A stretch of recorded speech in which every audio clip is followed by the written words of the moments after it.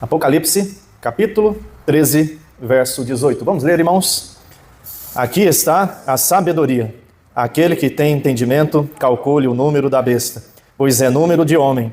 Ora, esse número é 666. Vamos orar.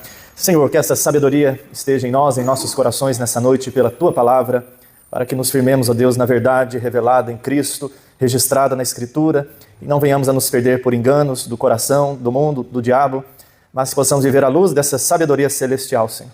Que essa sabedoria seja derramada em nossos corações nessa noite, pela Tua palavra e como lemos, pelo Espírito Santo, pois toda a Tua igreja tem o Espírito e tem a unção que nos ensina. É no nome dele que oramos agradecidos. Amém. Meus irmãos, estamos desde semana passada falando sobre a paródia satânica. Nós falamos sobre a paródia satânica e a preservação dos santos. Por que paródia?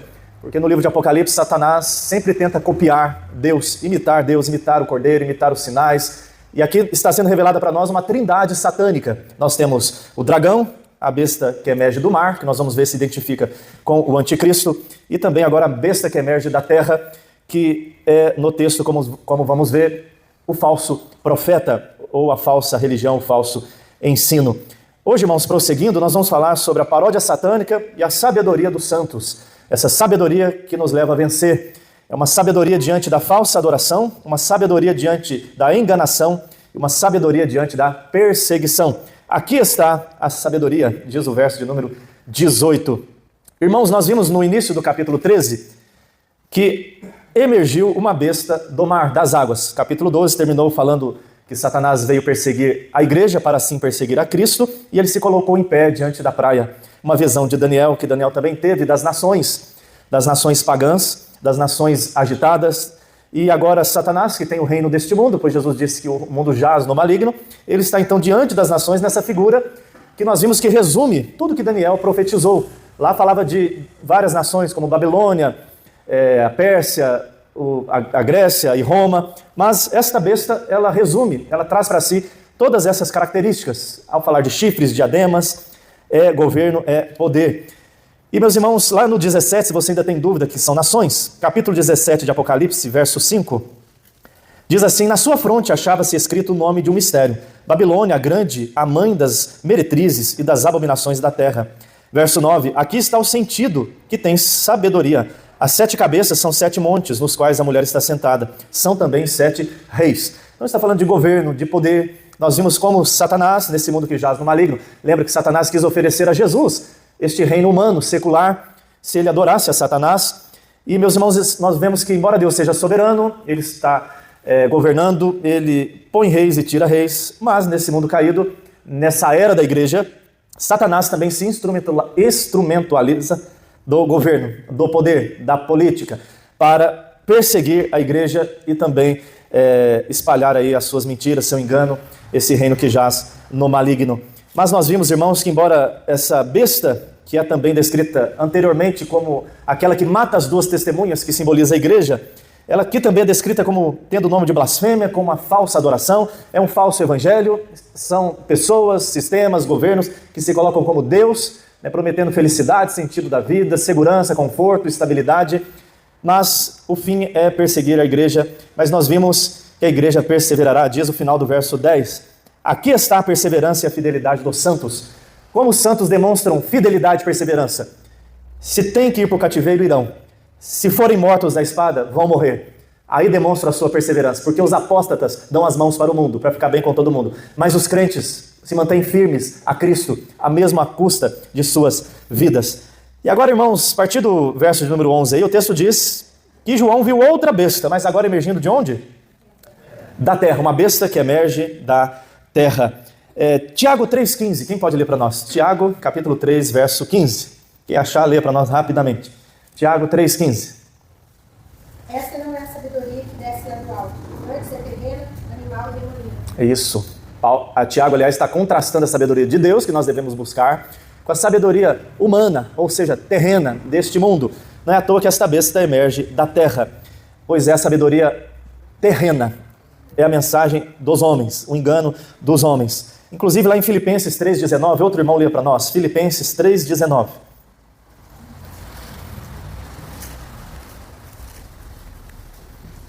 O destino deles é a perdição, Deus deles é o ventre, e a glória deles está nas infames, visto que só se preocupam com as coisas terrenas. Paulo está falando aí dos falsos mestres. Mais atrás ele diz, eu digo com lágrimas que eles são inimigos da cruz de Cristo. E aí está a preocupação dos homens, desses mestres. Só se preocupam com coisas terrenas. E nós vamos ver mais à frente, meus irmãos, que essa questão da terra está muito ligada ao homem, ao engano do homem. E nessa imitação fajuta de Satanás, nós vamos ver que essa besta, ela vai erigir uma estátua para ser adorada, uma imagem para ser adorada. É uma imitação das obras de Deus. Deus tirou o homem do pó da terra e lhe soprou o fôlego de vida. E nós vamos ver essa imitação mais à frente, quando essa imagem é levantada e é lhe dada vida também. Não é à toa que vem da terra, está ligada ao homem e ajuda a gente a entender também esse número, 666, que é número de homem. Então uma besta que emerge agora da terra está ligada ao homem, à sabedoria humana, humanista, vamos dizer assim. E olha o que o texto diz aí, o verso de número 11 ainda. O que ela possui, irmãos? 2 chifres. E o que significa isso? O que vem em seguida? Parecendo cordeiro. Ou seja, parece cordeiro, mas não é. Mas fala como quem? Como dragão. Parece cordeiro, mas fala como dragão. 2 chifres, parece com cordeiro. Engana, seduz. Esse é o propósito dessa besta. É servir a primeira.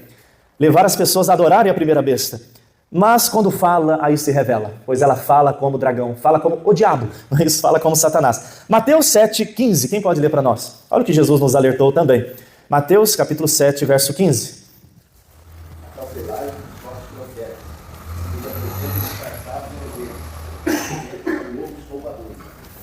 Isso, a Bíblia usa muito essa figura, né, de um lobo em pele de cordeiro. Essa é a aparência dessa besta. Por isso que ela engana e seduz. Ela não vem grotesca. Já viu aqueles filmes de terror?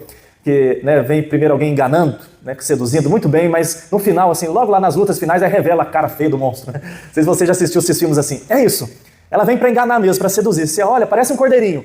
Mas quando abre a boca, ou seja, quando ensina, mente. Quando ensina, engana. Pois fala como dragão. E como o dragão fala desde o Éden, irmãos? Com mentira, com enganos, né? Distorcendo a palavra de Deus.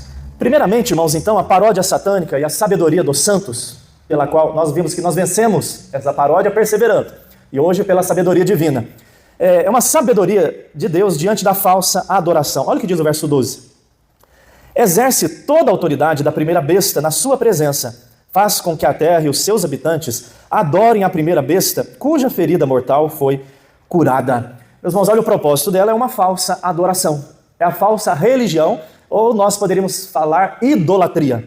Olha que lhe é dada também a mesma autoridade da primeira besta que nós vimos aqui, a besta que emerge do mar. Está ligada ao poder social, econômico, político, militar.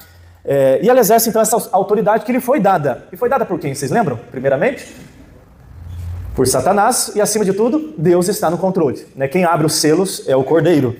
Mas é Satanás quem dá essa autoridade, imitando o pai, dando autoridade ao filho. E agora também essa outra besta, que nós vamos ver mais à frente, se identifica também com o falso profeta, recebe também autoridade diante da primeira besta. E olha o que diz, faz com que a terra e os seus habitantes adorem a primeira besta, cuja ferida mortal foi curada. Irmãos, nós já falamos aqui que isso se refere a várias situações, não é? Por exemplo, Satanás, quando foi derrotado na cruz, talvez muitos esperavam que viesse uma grande revolução no mundo, mas a igreja está no coração dos crentes, que aguardam a plenitude do reino. Aparentemente, parece que Satanás reina, governa e faz muita bagunça ainda, né? Então, a ideia é assim, ele foi ferido, mas ainda continua agindo. Mas alguns ligam, por exemplo, ao próprio Nero, que era um louco, nós sabemos, um grande perseguidor dos cristãos, e ele morreu e havia um mito de que ele tinha ressurgido. Ou alguns acreditam que ele tenha ressurgido em Domiciano, que iniciou uma outra grande perseguição aos cristãos. A ideia é assim, parece que resolveu, mas volta. É igual aquelas, como é que chama? Tem várias, como é que é? Medusa, né? Você corta uma cabeça, nasce outra, como é que é? Hidra, né? Corta uma cabeça, nasce outra. Corta uma cabeça, nasce outra. Essa é a ideia aqui dessa besta, né? Os governos sempre... E se você olhar na história também, meus irmãos, e um ponto aqui em Apocalipse, essas profecias, a semelhança do Antigo Testamento, elas ecoam, elas têm mais de um cumprimento até chegar ao cumprimento final. Então pode ter sido Nero? Pode ter sido Domiciano também, se encaixa perfeitamente. É um poder político ligado a religioso, porque eles eram políticos, eles dominavam, perseguiam os cristãos, exigiam adoração, se colocavam como Deus. Não se encaixa perfeitamente nesse texto, irmãos? Um homem com poder político, exigindo adoração para você comer, se encaixa perfeitamente para os cristãos do primeiro século. Nós já vimos aqui em Pérgamo que isso estava acontecendo, irmãos. Eles estavam com dificuldade financeira Pérgamo e outras, se você voltar lá nas 7 igrejas, opa, foi um pouco alto aí. Se vocês voltarem lá nas 7 igrejas, vocês vão ver que muitos cristãos estavam privados economicamente por se recusarem a adorar o imperador ou adorar os deuses de Roma.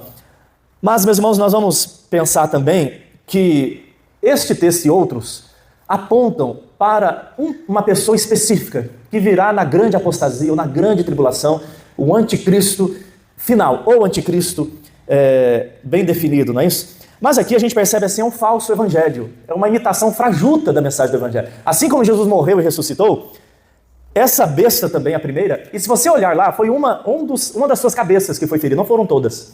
Se você olhar no texto que nós lemos da besta que surge do mar, é uma de suas cabeças que foi ferida e foi curada. O que nos leva a entender se tratar não do todo, mas de uma pessoa individual, né? Mas o ponto aqui, meus irmãos, é que exige adoração. Satanás está agindo na era da igreja, seduzindo os homens. Lá em Tessalonicenses, irmão, 2 Tessalonicenses, deixa aberto em Apocalipse. Pastor, Oi. você está falando que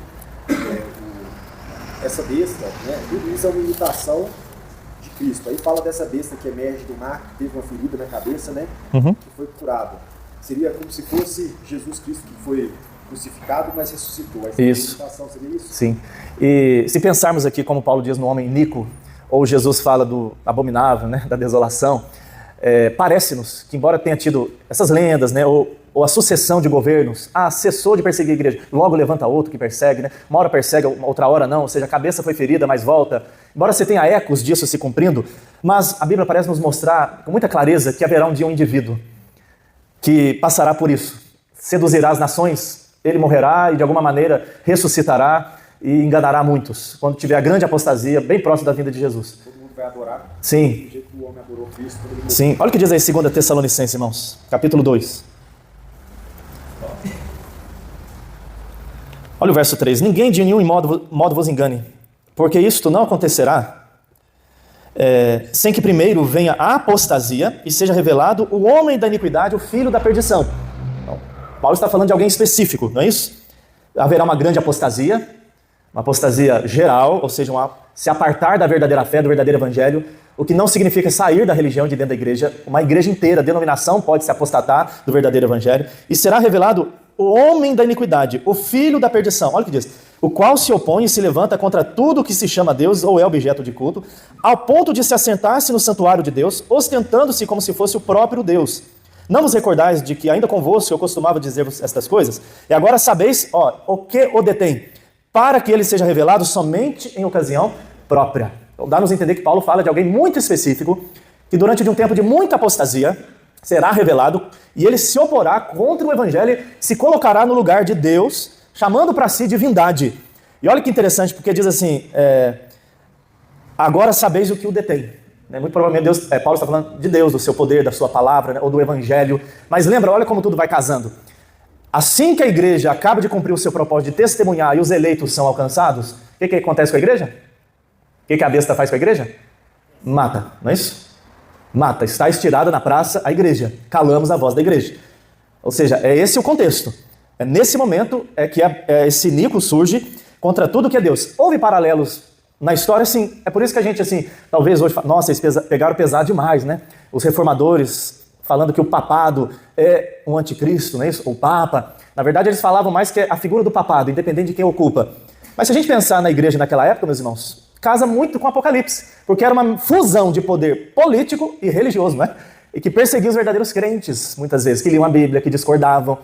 E o que o Papa faz? Se coloca como mediador, como cabeça da igreja, aquele que é o pontífice, ou seja, no lugar de Cristo, ostentando-se como se fosse o próprio Deus. Agora eu vou dizer, é o Papa tal, é o outro. Meus irmãos, acho que tem que ter cuidado aí, pois eu creio que quando ele se revelar, como a Bíblia está dizendo, será inegável atribuir a ele que ele é o iníquo. Mas olha que interessante que diz aí o verso 7, irmãos. O próprio Tessalonicenses 2, Com efeito, o mistério da iniquidade, o que acontece? Já opera, ou seja, embora ele ainda vá se revelar definitivamente, mas as suas ações já estão desde sempre, desde o início da era da igreja, não é isso? E aguarda somente que seja afastado aquele que o detém.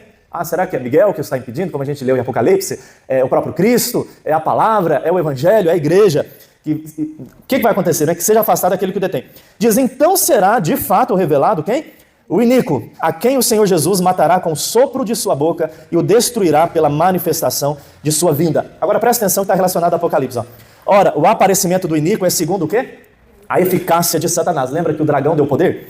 Com todo o poder e sinais e prodígios na terra, e com todo o engano de injustiça aos que perecem, porque não acolheram o amor da verdade para serem salvos. É por este motivo, pois, que... Olha aí, quem está no controle? Deus. Deus lhes manda a operação do erro para darem crédito à mentira, a fim de serem julgados todos quanto não deram crédito à verdade. Antes, pelo contrário, deleitaram-se com a injustiça. O que é Deus mandar a operação do erro? É só tirar o pé do freio. Não é que Deus conduz as pessoas a errarem. É tirar a barragem que freia o homem de fazer o que ele quer. Irmãos, voltando lá em Apocalipse, olha como tem tudo a ver. Exerce autoridade, verso 12 do capítulo 13, faz com que a terra e seus habitantes adorem a primeira besta, cuja ferida mortal foi curada. Precisamos da sabedoria de Deus, meus irmãos, para não cairmos na falsa adoração, no falso evangelho. Agora, olha o detalhe. Essa besta, ou falso profeta, como a gente vê nos capítulos seguintes de Apocalipse, né, por exemplo, 17, 18 em diante, ele leva a adoração de quem, irmãos? Da primeira besta, não é isso? E quantas vezes a igreja ou nós não colocamos pessoas, governos, ideologias, sistemas, filosofias humanas no lugar de Deus? Colocamos a nossa esperança nessas coisas, em utopias, em programas humanos, e, meus irmãos, sem querer, muitas vezes nós estamos servindo a um outro propósito e abrindo mão do verdadeiro evangelho. O crente sempre tem que lutar pelos princípios cristãos. Ele tem que amar, se apaixonar pelo evangelho, mas nunca se entregar o seu coração a nenhuma ideologia humana, pois corremos um grande risco de amarmos um falso evangelho que promete uma falsa segurança, uma falsa esperança, um falso conforto, um falso céu na terra, uma falsa justiça na terra, uma falsa Canaã. É o que diz aqui, parece que foi curada, não, irmãos? E a sabedoria divina nós precisamos contra também a enganação. E olha o que diz o verso 13. Não vai ser só no discurso. O que diz o verso 13? Também opera grandes sinais, de maneira que até fogo do céu faz descer a terra diante dos homens. Meus irmãos, essa tática de Satanás é de sempre. Quando a gente olha, já falamos aqui, na saída do Egito, os magos do Egito replicaram muitos sinais que Moisés fez, porque Satanás tem esse poder de iludir, de enganar. Ele não pode fazer as mesmas obras de Deus, mas ele pode iludir as pessoas, enganá-las. A gente já viu isso quando, ali, por exemplo, Paulo em Atos, não tinha aqueles lá que queriam copiar os discípulos? Eles queriam fazer uma imitação frajuta do que os discípulos estavam fazendo? E deram com os burros na água, né? Foram desmascarados. Jesus disse que viriam falsos cristos, falsos sinais. E se você pegar aí para estudar, ler comentários, estudiosos, historiadores, eles vão relatar que nesses primeiros séculos, nos tempos de João, haviam muitos enganadores, pessoas fazendo tudo quanto é coisa, magos, feiticeiros, ocultismo, misticismo, para seduzir as pessoas, os deuses greco-romanos. Você vê muitos milagres aí em várias religiões, não é isso? Várias religiões chamam para si milagres. Vem para cá que você é curado. Você pode ser curado no budismo, no espiritismo. É o João de Deus, né? É fulano, é ciclano. Vai na fazenda tal que tem uma sacerdotisa lá que cura, né? Aí vai o artista lá naquela fazenda, né? Vamos para tal região porque lá tem cura. Lá as pessoas são operadas. Você já viu isso? Lá tem uma cirurgia espiritual. Meus irmãos, Satanás tem poder para fazer todas essas coisas, enganar as pessoas e distanciar do verdadeiro evangelho. 1 Timóteo 4:1. Quem pode ler para nós, por favor? 1 Timóteo 4:1.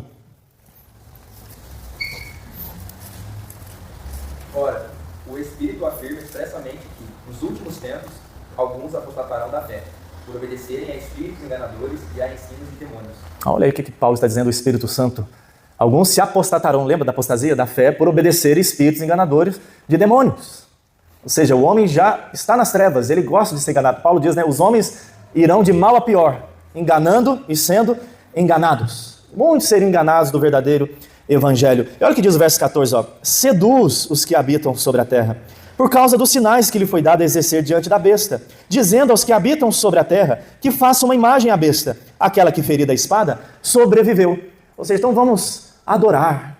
Olha os sinais, olha como nos abençoa, olha como nos dá tudo o que a gente precisa. Olha como essa pessoa, esse sistema, nos dá conforto, nos dá consolo, nos dá esperança, nos dá paz, nos dá promessas. Então vamos entregar a nossa lealdade, o nosso coração, a nossa devoção. E fazer uma imagem aqui não precisa ser literal, irmãos. A ideia é assim, vamos adorar, Vamos entregar o nosso coração a essa besta que foi ferida, mas venceu.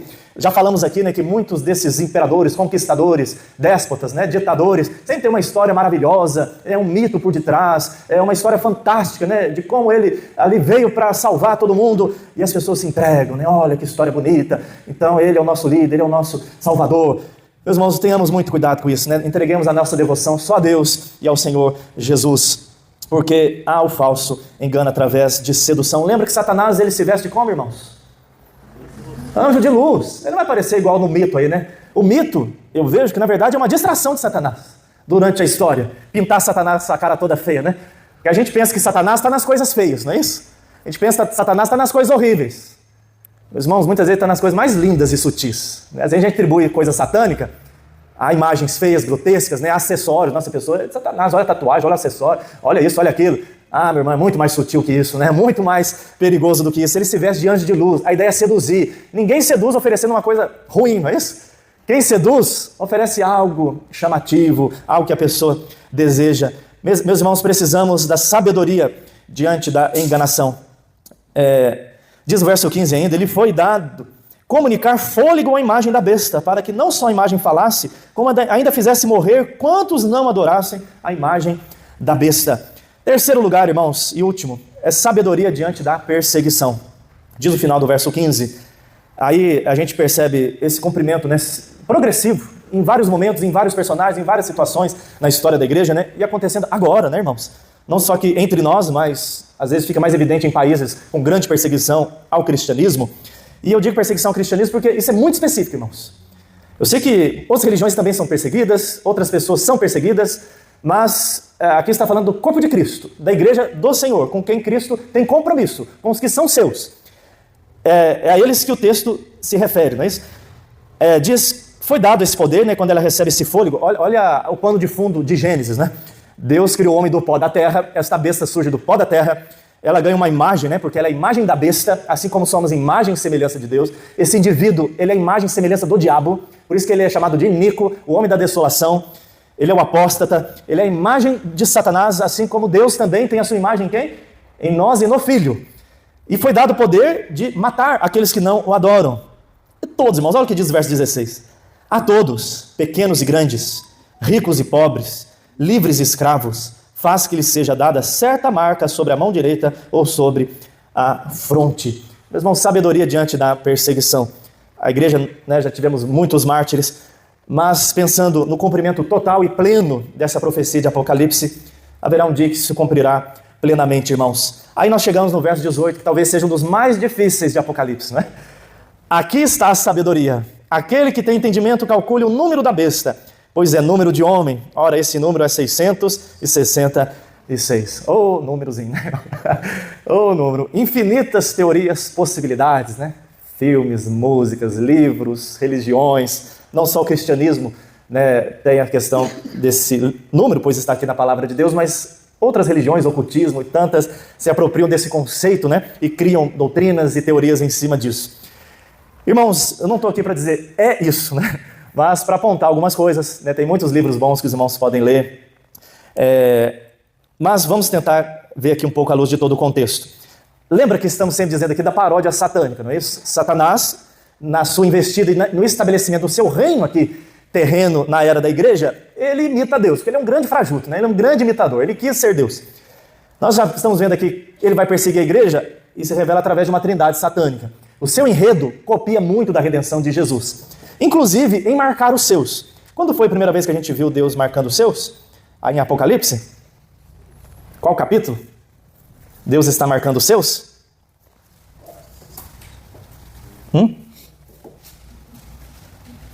7, irmãos, não é isso? 7:4, quem pode ler para nós? Apocalipse 7:4. Então, ouvi o número dos que foram selados, que era 144 mil, de todas as tribos dos filhos de Israel.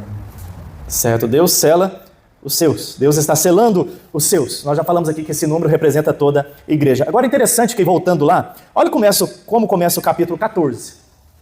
Quem pode ler? 14:1. Logo em seguida de falar do número da besta. O que diz? E eis o cordeiro em pé sobre o monte Sião, e com ele 144 mil, tendo nas frontes escrito o seu nome, e o nome de seu pai. Certo. Então, logo em seguida, já vem uma distinção de um povo que é marcado também na fronte de uma outra maneira.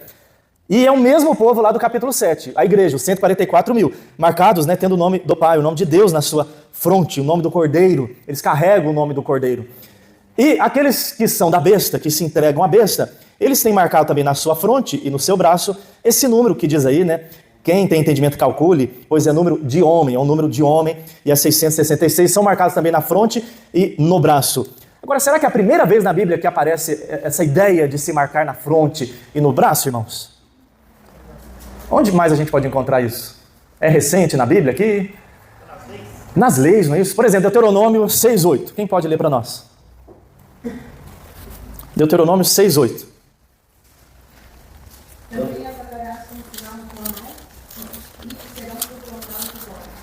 Certo. O que está falando aí, irmãos? O que a lei dizia? É para marcar o que na fronte, nas mãos? A lei do Senhor. Ou seja, o povo de Deus é conhecido pela lei, pela palavra. É o povo que carrega a palavra. Tem a palavra na mente e na vida prática. Esse é o entendimento. Na testa, né, na mente, ou seja, na cabeça, né, no coração, no entendimento. Eles têm a palavra e eles praticam a palavra. Não só tem na mente, mas também praticam a palavra. Olha o que diz Apocalipse 22, 3 e 4. Quem pode ler para nós? Apocalipse 22, 3 e 4. Nunca mais haverá qualquer maldição. Nela estará o nome de Deus e do Cordeiro. Os seus servos o servirão. Contemplarão a sua face e na sua fronte está o nome dele. Olha que lindo, a igreja de Cristo, novo céu e nova terra, contemplarão a face do Senhor e na sua fronte estará o nome do Cordeiro. O povo de Deus é marcado pelo nome do Pai, pelo nome do Filho. Esse que é o povo de Deus. Inclusive, eles não receberão a marca da besta. Tem gente que está uma preocupação, né? Tem muitas teorias, né? Na época que começou, até conversando hoje, né, pastor? Começou o código de barra, é o código de barra. Não vai ter como comprar sem código de barra. Os números estão faltando, é 666. Não é isso? Não teve essa ideia, irmãos? Agora é o chip, né? Já está implantando chip, porque o chip você não vai comprar sem o chip. É o Bitcoin, é o real digital, porque o governo vai ter controle de todo o seu dinheiro, então você não vai comprar sem o dinheiro. Mas, irmãos, pode até ser que Satanás se instrumentalize disso, como foi na época do Império Romano. Você só comprava se adorasse o imperador, senão você tinha que se virar ali com os seus na sua agricultura, né, fugir para outras terras. Pode até ser que no momento, né, Satanás se levante, que é o que a Bíblia está dizendo, né, e use isso para perseguir a igreja, pode ser. Mas é reduzir demais, meus irmãos. Isso pode ser uma aplicação do verdadeiro número. Mas o verdadeiro número não é um chip, um código de barra, um QR Code. Meus irmãos, é muito mais profundo e sutil, e podemos dizer que as pessoas, desde a primeira vinda de Cristo, já estão marcadas com este número. Quem não é do Senhor. E quem é do Senhor já está marcado com o Cordeiro e o Filho. Olha o que diz o 14:11. 14:11. As marcas do seu tormento são até os séculos dos séculos. Não tem descanso algum, nem de dia nem de noite. Os adoradores da besta e da sua imagem, e quem quer que receba a marca do seu nome. Certo. Então quem estará em tormento? Aqueles que receberam a marca do seu nome. Ou seja, o crente é impossível que ele receba. Você ficar com medo, você não vai receber se você é crente. Você não vai receber, você já está selado. Você não está entre 144 mil? Ou é só o testemunho de Jeová? É a igreja, não é? Se você está em Cristo, você está selado, meu irmão. Você não vai receber essa marca. E por que? Olha o que diz o verso 12 do 14. Aqui está a perseverança dos santos, os que guardam os mandamentos de Deus e a fé em Jesus. Este é o sentido do sinal. É crer em Jesus e viver uma vida prática do Evangelho. O que é ser selado com o selo de Deus? É quem tem o testemunho, a palavra do Filho e pratica, mesmo diante da morte. Não é isso que a gente está vendo aqui? Se necessário cativeiro, cativeiro vai. Se necessário espada, espada vai. Aqui está a perseverança e a fidelidade dos santos. Nós falamos aqui, irmão, se vier uma perseguição, igual eu ouvi no início da igreja, né? Jogar para as feras, ser queimado vivo. Ah, pastor, será que eu vou dar conta? Se você for crente, vai. Deus vai te perseverar. Deus vai te dar uma graça especial, mesmo que a gente sofra, morra agonizando, mas o verdadeiro crente não vai negar a fé. E como eu sei disso, não é por causa de mim. Se fosse por causa de mim, eu negaria. Assim que apontasse uma faca na minha cabeça. Mas é por causa de Deus. Deus é quem persevera o seu povo. Meus irmãos, tem muita coisa interessante sobre esse número. Alguns dizem, é porque a letra hebraica, grega, às vezes representa algum número, então se a gente fizer um cálculo, aí pode ser que dê certo Nero, né, Tito, tem gente que tenta Hitler, alguns papas, né? Se a gente começar a calcular, pode dar várias pessoas. Porque vários nomes pode dar 666, não é verdade? De gente boa e de gente ruim. Se a gente começar assim, tá vendo? Eu peguei o nome de tal fulano que eu não gosto muito e deu 666. Eu acho que ele é a besta. Né? Eu creio que, né, anticristo tem surgido, tem vindo? Sim, porque a Bíblia diz. Mas, meus irmãos, aqui diz, este número é um número de homem. Pode ser um homem específico, né? Alguns tentam então calcular achar esse homem específico, né?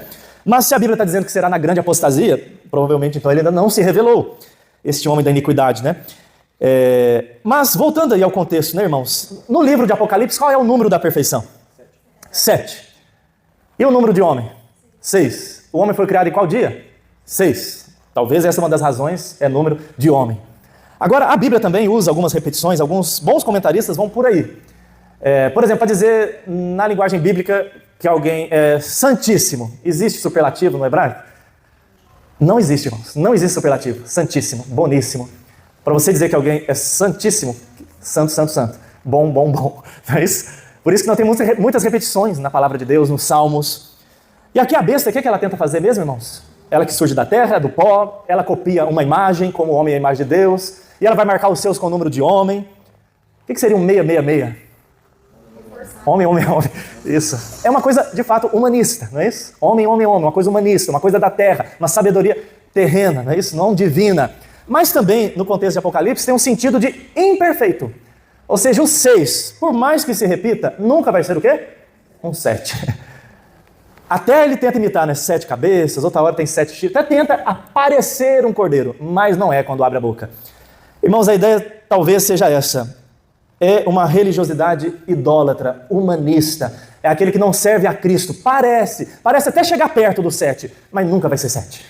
Satanás tenta o tempo todo ser Deus, mas nunca vai ser. Ele nunca vai ser perfeito, ele nunca vai ser 7. Entendido assim, meus irmãos, num sentido mais simbólico, embora no dia próximo talvez ganhe uma expressão mais visível, a gente pode considerar que esse número já está aí, irmãos. As pessoas já estão marcadas, porque aquele que não adora o cordeiro, adora quem? A besta. Adora os homens. Qual a maior religião do momento, irmãos? É o humanismo ateísta. É o homem no centro. Não é isso desde o iluminismo? Tira Deus do centro, tira a teologia do centro, vamos pôr o homem. É tudo do homem para o homem. Interpretar a partir do homem e para o homem. É o homem no lugar do Deus. É o super-homem, né? É o homem que se basta. É o homem que não precisa de Deus, porque temos política, tecnologia, ciência, temos a luz, a razão. Coisas boas dadas por Deus, mas se transformaram em quê? Em ídolo.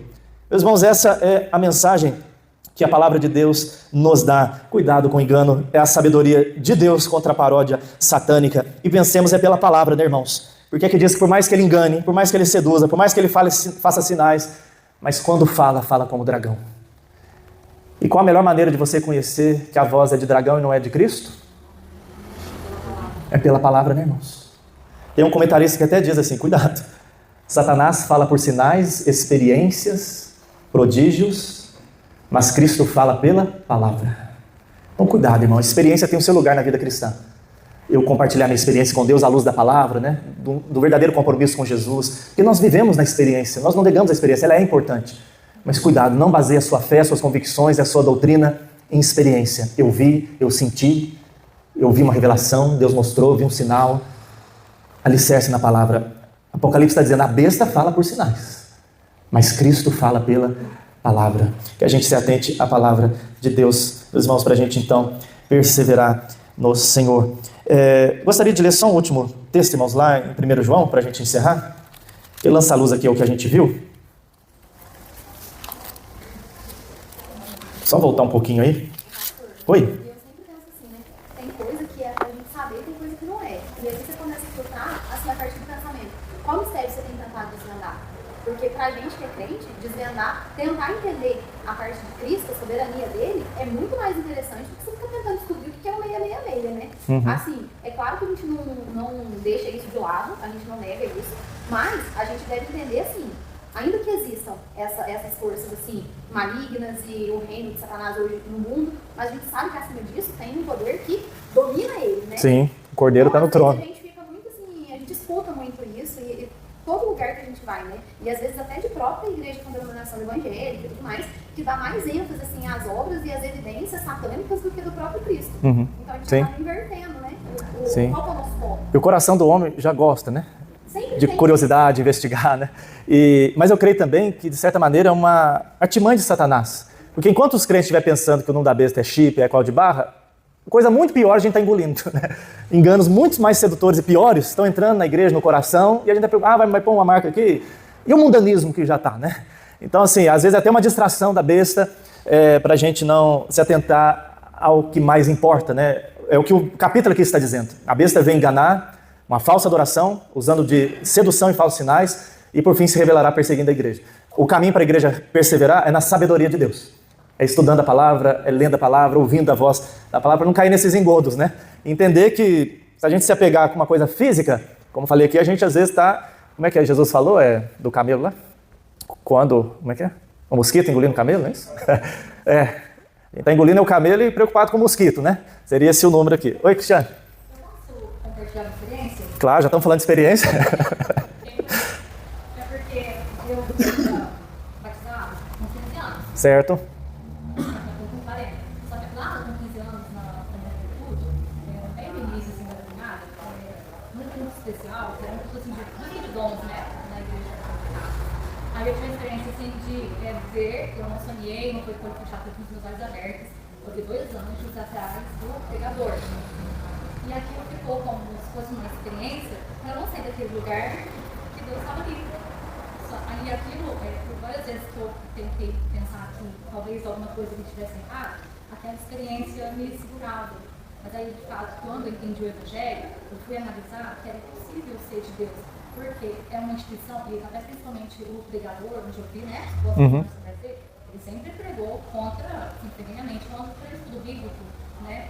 E uma instituição, assim, que hoje eu vejo que, assim, eles não estudam a Bíblia e aí eles soltam, assim, heresias fabulosas lá, principalmente, assim, de ouvir do presidente da instituição que Jesus não entrou no reino ainda. Uhum. Eu vejo assim, nossa, como eu estou de tanto tempo assim, né? Achar Sim. que aquilo fosse uma experiência que Deus estava me mostrando para me manter firme naquele local, que a Bíblia, que a salvação. Muito interessante. Né? Se fosse só pela visão, ficaria lá, né?